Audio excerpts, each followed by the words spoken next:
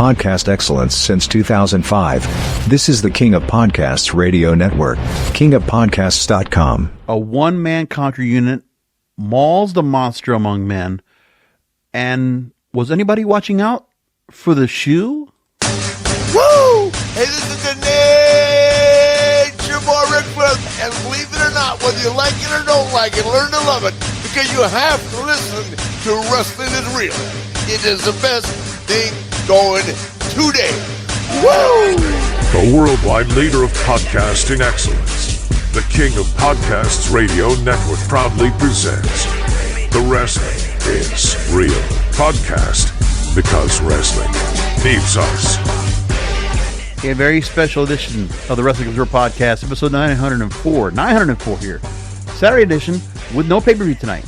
But we did have Saturday night's main event, and we had AEW Collision on the program. Was watching both, and two very important storylines, one on each show.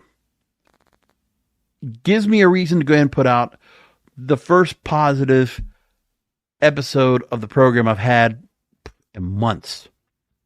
And I have to call it out tonight because there were a couple things that I finally got to go and see that we got a bit of a payoff from. Some adjustments in the storylines that were important, and it helped out tonight. Now, I know at least for one of those storylines, it was something that we were just hoping that would ever happen again because we weren't sure what they were going to do. But one of the things that happened, first of all, we got to go and talk about Jacob Fatu. That's the first thing we got to talk about. Jacob Fatu.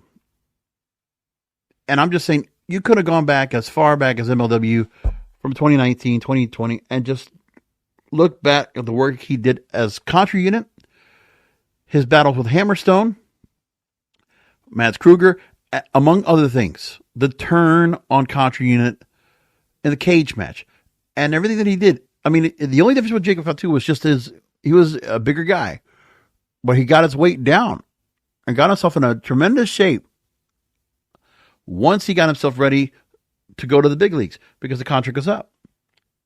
And for Court Bauer, it's one of those things where you're not going to hold on to that guy. Just like you had MJF, you won't be able to hold on to him. Just like Mance Warner, you're not going to be able to hold on to him either because they don't have the money to go and hold on to those guys. But for Court Bauer, to the credit, pretty significant that we see a couple different folks coming out. I mean, I even got to mention that with TNA. Yeah, Mance Warner came out along with Stefan Leonard on the live edition of Impact. It's some wonderful things coming across the board here for all these shows. But let's just get into WWE first. And like I said, Jacob Fatu, being for the lineage of MLW that's becoming in, and dare I say, I hope there's not any other people that are going to be picked up off of the MLW roster, because when everybody complains about the age and the stagnation of talent on each roster on WWE and AEW, MLW doesn't have that. And TNA also has a stagnation of their roster. A lot of older people there as well. People complaining about that after Genesis. But MLW, to the credit, have a lot of good young stars. I want to give credit where credit's due. Because there are some stars you look at over on MLW that just stand out. I mean, look, they got Matt Riddle out there. Mystico, using the best of him. Making the best of AJ Francis. They got Alex Kane. They got Brett Ryan Gosselin. They got Brock Anderson over there. And there's a bunch of other stars working off of. Matthew Justice. There are some names in there that are within the mix, along with some really great talent from, Japan or Mexico or what have you, that they build off of. And living to the lineage of the Lucha Underground brand, like, it's all pretty interesting what they've done and how they really just kind of give a variety of everything on those programs. Now, Jacob Fatu's promo cutting, I knew it was going to be happening more or less soon enough because we already knew that he could cut good promos. I mean, he never got to cut very long promos over in MLW, but we knew who it was. Bottom line is, Jacob Fatu getting tonight in the match and working was exactly the right move. I've said it already for a while now. Jacob Fatu is a main event star. If WWE is going to bring him in as part of the bloodline, they're already doing things right now. With Solo Sikoa last week not speaking to the crowd, and Fatu jumping in and speaking up. The bloodline is going to be changing. That version of the bloodline, they're going to change their name. Great. It's clear that Fatu is now the focus, as it should be. It's not even a question about how much talent, how much he's over tonight. Tonight was proven well point because you look at how he was put across and how that crowd responded to him going out there tonight.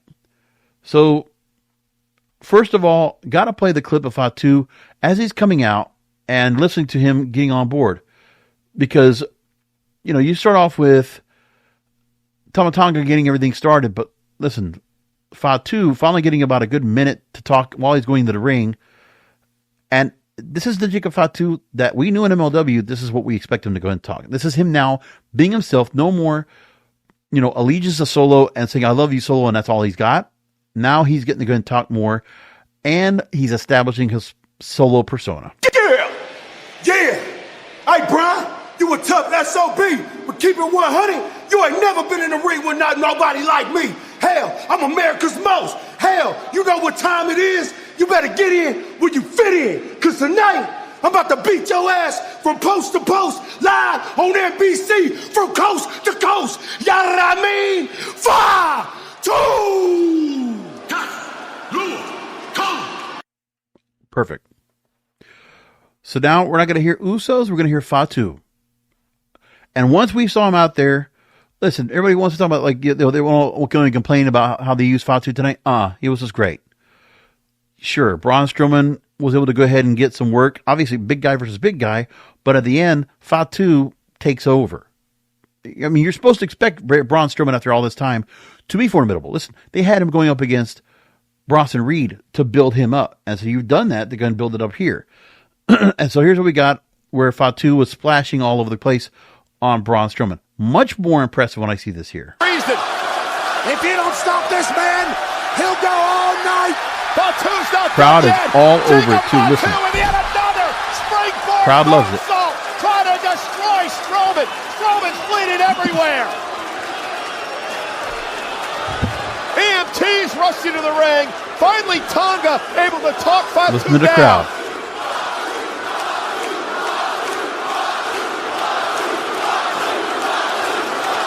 The primeval Jacob Fatu. The fascinating Fatu. The ferocious He's Fatu. over. Oh, come on now. Jacob Fatu's going to seriously. He may end Strowman's career. The freak athlete Fatu. Fatu going up top again with yet another moonsault to Strowman. Strowman can't defend himself. Strowman may have broken ribs, busted nose, internal injuries.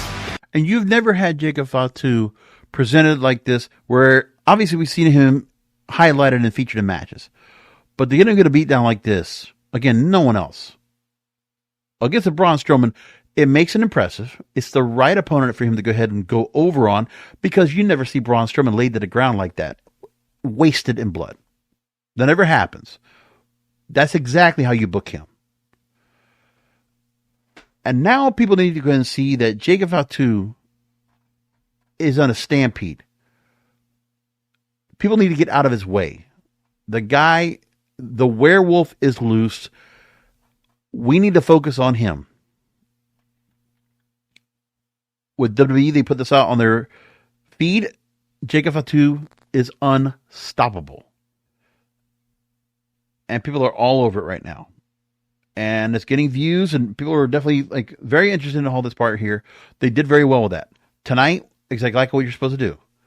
Love it. And I'm glad we finally got to this point. I'm glad we finally got to the point where they're finally using him as such. It took so long. I know we didn't have him only the last, 7 months or so? This is what I was hoping for anyway. I mean, yeah, you establish him as part of the bloodline, but I would have loved to have seen him get an immediate impact right away. But at least they're doing it now. Listen, WrestleMania season's here, right time. Just give me a good match with him. Give me a good opponent for him and get him over. he should not be losing at all. He should be getting what Solo got, 2 years ago. He should be getting a winning streak, and then eventually we get down the line where Solo and Fatu have to face each other, and Fatu has to win. Solo has to take the loss. Because what we need to happen is Fatu and Solo have a falling out. We need to go and see that happen soon enough. And I hope they do. We get to that point. It would be important to get to that point. But I loved it. It's the one thing I'm really happy to say that the WWE's really done right this time. They just got to get him in, man. Go. You want to talk about fresh new stars? Look, Braun Breaker, you got another one over Sheamus. Fine. But Braun Breaker is such an afterthought right now with this company. But they've been booking Jacob Fatu. Listen, I know Triple H. Yes, you see money with that guy. He's a draw. This crowd has been wanting to go and eat him all up all this time. Now you're putting the spotlight on him. He's not going to screw up the main event. He's not. He's been champion in other places. The guy's worked other places. When he works well in that big time. So he's ready.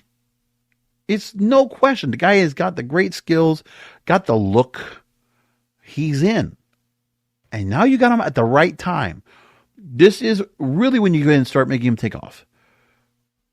And personally, I would say, now, regardless of what you're going to do with Cody down the line and whatever the plan is going to be for WrestleMania, one thing I will say is that there is one person right now that I want to see if anyone on that main roster is worthy of taking the belt off of Cody Rhodes. It's Jacob Fatu. And I really mean it.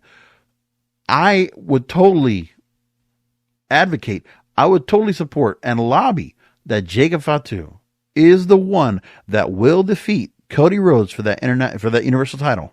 And that's it. Jacob Fatu, Universal Champion. Book it. Please book it now. I want this to happen very much. He is the guy right now with the biggest rocket on him, the biggest upside, the most potential in the entire company. Of the men that they have right now, you need to go and put him and into that main event and put him around there and start making him go after that world title. He needs to get that belt. Face of SmackDown, everything. I want it to happen. I hope it does. The other storyline we had tonight, we're going to keep it short. I didn't expect it tonight.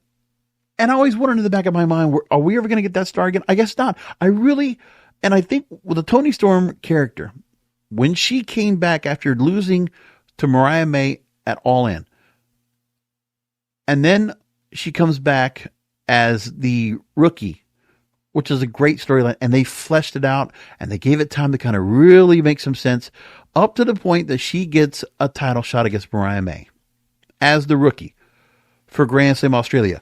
Okay, everybody complained, well, there's no storyline here. It's such a flat pay-per-view.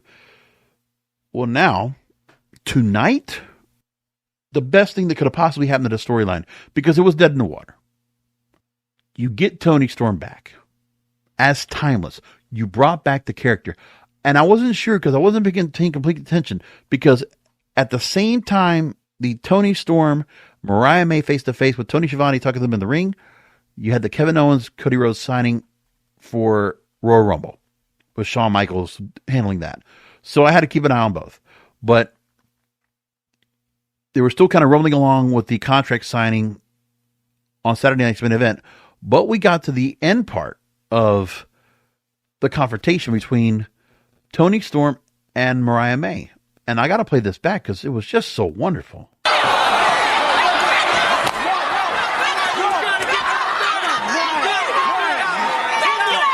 So we already know that Toni Storm was the rookie and saying she was so proud of her and really looks up to Mariah May. Mariah May throws it back at her, starts slamming her with the belt, spits at her right here, and then the reveal. No one, I think, was expecting this. I think this was completely out of left field, but this was great.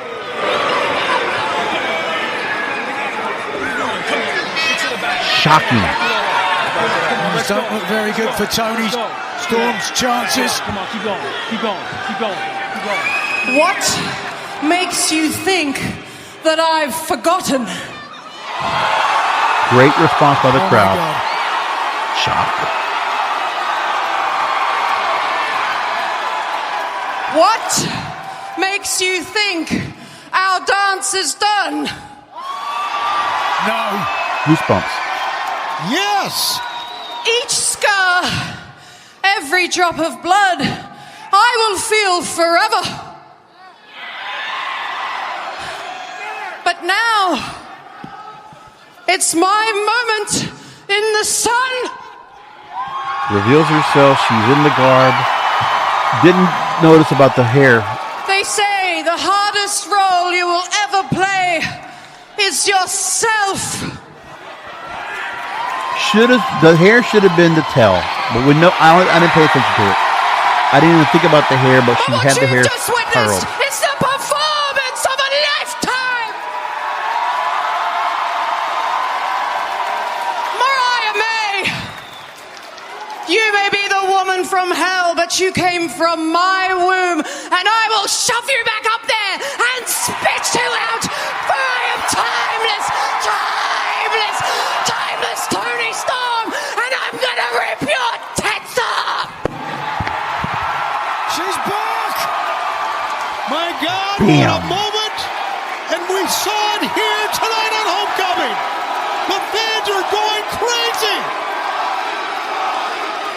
Yes, it's Mariah May, but it's not Toni Storm. It's timeless Toni Storm. And there we go. It didn't take much. Like, it was a build, and that came out of nowhere. What a reveal. Yeah, and on Collision. On a Collision of all places. But they did it at Homecoming. They did it at Daly's Place. So you had a good crowd. They had a sold-out crowd for Daly's Place. Give it that. But, yeah, people missed it. I mean, obviously, Tony Khan wants to make sure that you're watching Collision just at the same time. They put a pretty good card on the show with Takeshita defending against Katsuyori Shibata. You get Samoa Joe returning. You get Okada and Commander. Like, they had a lot of things going on the show. Now, no title changes over there, but everything was good. It was fun. They had a good show tonight. Unfortunately, we didn't have Saturday night's main event that was going to be in a mix of it. But overall, one thing I was noticing was that with Saturday night's main event, it's pretty obvious. They're not willing to go ahead and let anyone lose titles or have title changes on that program. Nothing was like that was going to happen. Especially with the Royal Rumble around the corner. And it's pretty obvious that they're not pretty big on getting anyone going over like that either. Not necessarily. So Royal Rumble's next week. They do have a few more matches that are scheduled now and on the books that we can look forward to, which is fine. But for the most part, sign of things to come. We now have something that's going to build up for Grand Slam Australia coming up in 3 weeks. And it's good. I hope that the Mariah May Toni Storm match closes out the night, honestly, because that's really that's the match for me right now. That should be the main event of this show coming up. And then Kenny Omega and Will Ospreay will take on the Don Callis family. Don Callis family with a great promo leading into that they lit up with, among other things, you're going to set up for the show. And like I said, Royal Rumble, we got all set up. Cody Rhodes, Kevin Owens, now that match is signed and official. DIY will take on Motor City Machine Guns in a 2 out of 3 falls match. Yeah, I'm not really pretty much into that. I mean, listen, when they're going to do the Royal Rumble matches, here's a nice little buffer that you have in between to kind of give time, I guess, whatever. And then you have both Royal Rumble matches. And that's it. That's all they got scheduled for the show. 4 matches so far. And I guess that's all they're going to have. All right. Very surprising at that. And also what's interesting, it's a 6 o'clock start time. So something tells me that some of these matches are going to go really long. We're already in the Royal Rumble will already go, what? Probably about an hour each. Then you got Cody and Kevin. That could be half an hour to an hour. I mean, maybe 30, 40 minutes. And DIY will probably be another 30 minutes or so as well. I guess that's what their idea is. Who knows? And honestly, so far, they only got 10 names announced for the Royal Rumble for the men's side, 6 for the women's side. That's it. We need to see some more names. And I guess what I want to know is, we know that Jacob Fatu is probably not going to get into put anything significant in terms of the title picture right now. But what I am waiting for is, can we get a program for him? Can we get him in a feud where he gets started on something? That's the thing I need to have happen for him next. And I can only hope for that.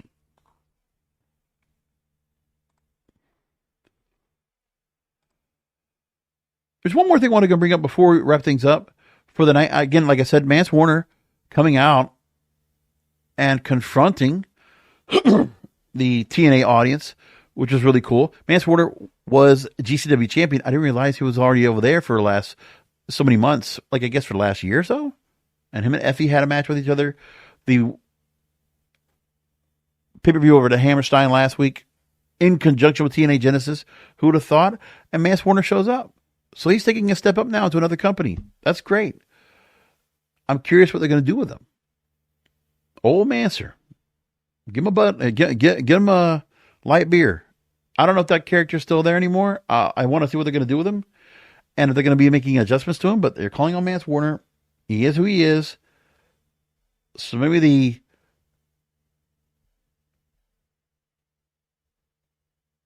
Redneck Psychopath is going to be something else. I'm not sure. But, you know, we get a lot of comparisons, him to a Stone Cold or whatever. Like, you get that whole part. I got it. But he is good. And, you know, the guy can work whatever matches you want. You want to put him in extremely violent matches, you can do them all. I've seen some real gruesome matches with him and MLW. He does hardcore crazy. He would have fit really well in the ECW. The old ECW, really. Kind of does. That's what it is. Which is why it's always important to keep an eye on MLW, because look at who the people that are coming out of there that make their run a little bit in there and then they kind of like move along, because it's always something about who's in there and what they're going to become after that. They just find certain people. Court Bauer just has a knack for finding certain talent and building it to a certain point. And unfortunately, if he had just had the money, he could hold on and make him do something bigger. But he does a great job with who he has. He really does. He's got great relationships. Amazing. AEW. There's an announcement now that their pay-per-views are apparently going to be going to Amazon Prime later this year. According to WrestleNomics and Brandon Thurston, Amazon Prime is said to become a digital option for AEW in the U.S., Canada, and the United Kingdom. We don't know when the option will be available, but AEW noticed how many of the customers were using the Amazon payment option via Bleacher Report, and purchasing through Amazon was one of the most motivating factors to make the move to events available to Prime available in the future. And I love it. Like right now, I'm waiting to go and find out. Like, obviously, we know that Max is supposed to go and take on those pay-per-views, but they're not yet. But if they're going to give us the pay-per-views available on Amazon Prime, I'm all in. Because, I mean, personally, Amazon Prime does a great job on streaming content. Like, for every NFL game I watch on there, I haven't watched a lot of the NBA and other stuff that got on there, but like, Amazon Prime is solid. What a great streaming platform. And a lot of good content on there as well. So I'm happy to see that. Let's see what goes on with that.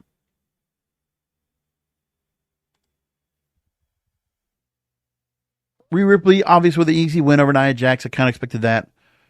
Gia Uso had a good match with Gunther, but again, they're going to keep the belt on Gunther. That's the plan for them on that. Just make a mention of that. It's like, we saw it, but got to have some more things coming in the mix. There got to be some other stars working on. I don't know. It's like still stagnation right now with WrestleMania and all that's going on.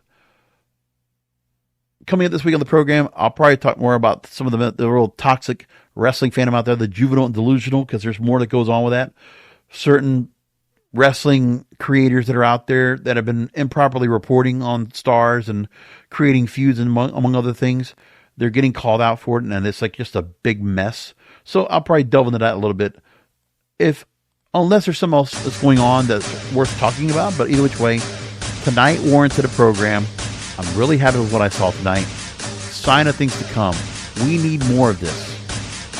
Storylines that work, stars getting over. So come back this Wednesday. for another Wrestling Gets Real podcast, because wrestling needs us.